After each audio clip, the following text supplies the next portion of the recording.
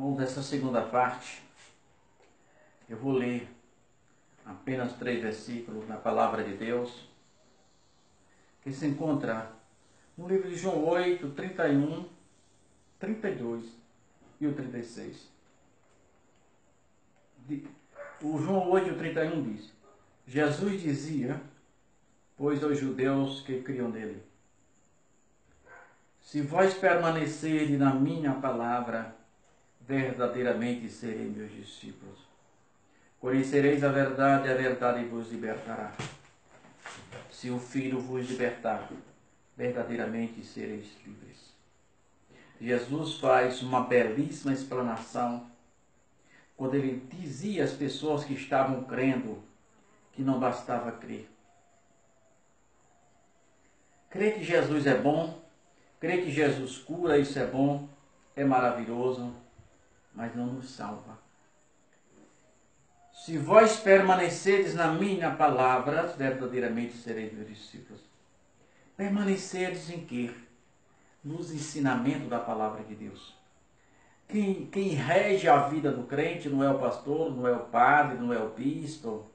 Não, a vida do crente deve ser regida pela Bíblia Sagrada. Jesus diz: conhecereis a verdade, e a verdade vos libertará. E o que é a verdade? João 17, Jesus diz assim: Pai, santifica-os na verdade, a tua palavra é a verdade. E no João 8, 36, ele diz: se o Filho vos libertar, verdadeiramente sereis livres. Irmãos, eu preciso ir à palavra de Deus. Mas depois que eu conheço a palavra de Deus, eu preciso querer seguir. Eu sei que jamais serei perfeito, que jamais ninguém será perfeito. Mas você precisa fazer tudo aquilo que está diante de você. E Jesus disse: se vós permanecerdes na minha palavra. Discípulos de Jesus não eram aqueles apenas que ouviam Jesus falar. Não era apenas aqueles que aprendiam, que tinham um curso, não. Os discípulos de Jesus, ele disse, eram aqueles que permaneciam, isto é, eu sempre disse que a permanência é o estado do que já é. A pessoa aceitou a Cristo, conheceu toda a verdade, tornou-se um crente fervoroso, não tinha vergonha de evangelizar, de dizer que Jesus é bom. De repente agora, o tempo passa, ele vai esfriando e continua o pior desviado, irmão. O pior desviado não é aquele que você encontra bebendo na rua, mas o pior desviado é aquele que você encontra pregando o evangelho. Esse é o pior. Existem 2 tipos de desviado. Aqueles que morreram dentro da igreja estão mortos espiritualmente. Apesar de ter um profundo conhecimento da palavra de Deus, pregar a Bíblia de Gênesis e Apocalipse, mas já não são mais discípulos de Jesus. Por quê? Porque diz assim: se vós permanecerdes na minha palavra, verdadeiramente sereis meus discípulos. Os discípulos de Jesus não são aqueles que pregam bem, que cantam bem, que oram bem. Os discípulos de Jesus são aqueles que permaneceram, que conheceram a palavra, se estruturaram na palavra, se arraigaram naquela palavra e nela permanece até hoje. Nelas permanece. Então, o verdadeiro sentido, Jesus disse que é os que permaneceis. E ele não disse permanecer, que você tem um doutorado. Não. Que conhece a Bíblia de gente para trás, de trás para frente, se todos os versículos de cor. Não. Jesus disse: se vós permaneceis na minha palavra, verdadeiramente sereis meus discípulos. Versículo 36. Se, pois, o Filho vos libertar, verdadeiramente sereis livres. Não podemos, irmãos, acreditar em pessoas que se dizem cristãos, mas levam a vida desregradas, levam a vida no mundo da mentira, do engano, da fornicação, do adultério, trapaceando um e outro. Não posso acreditar. Porque Jesus disse, se o Filho vos libertar, verdadeiramente sereis livres. E o livre não é aquele que faz o que quer, mas que sabe o que quer fazer. Então, quando Jesus disse, se vós permanecedes em mim, então tudo aquilo que eu devo fazer, ou não é o que consta no estatuto da minha igreja, mas é aqui.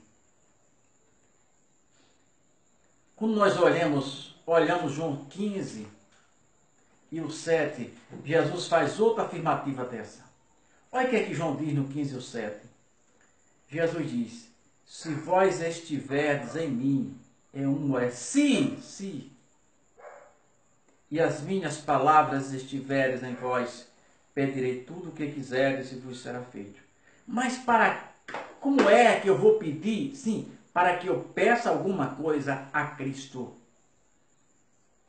E para que Cristo venha responder às minhas orações.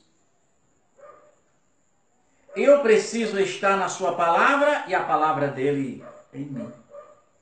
Do contrário, a minha oração é vã. Mas Juraci tem isso? Tem. Se vós estiveres em mim e as minhas palavras estiveres em vós, pedirei tudo o que quiseres e vos será feito.